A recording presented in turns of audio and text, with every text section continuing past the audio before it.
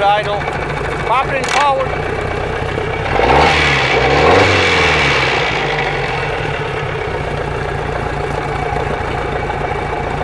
Okay, reverse.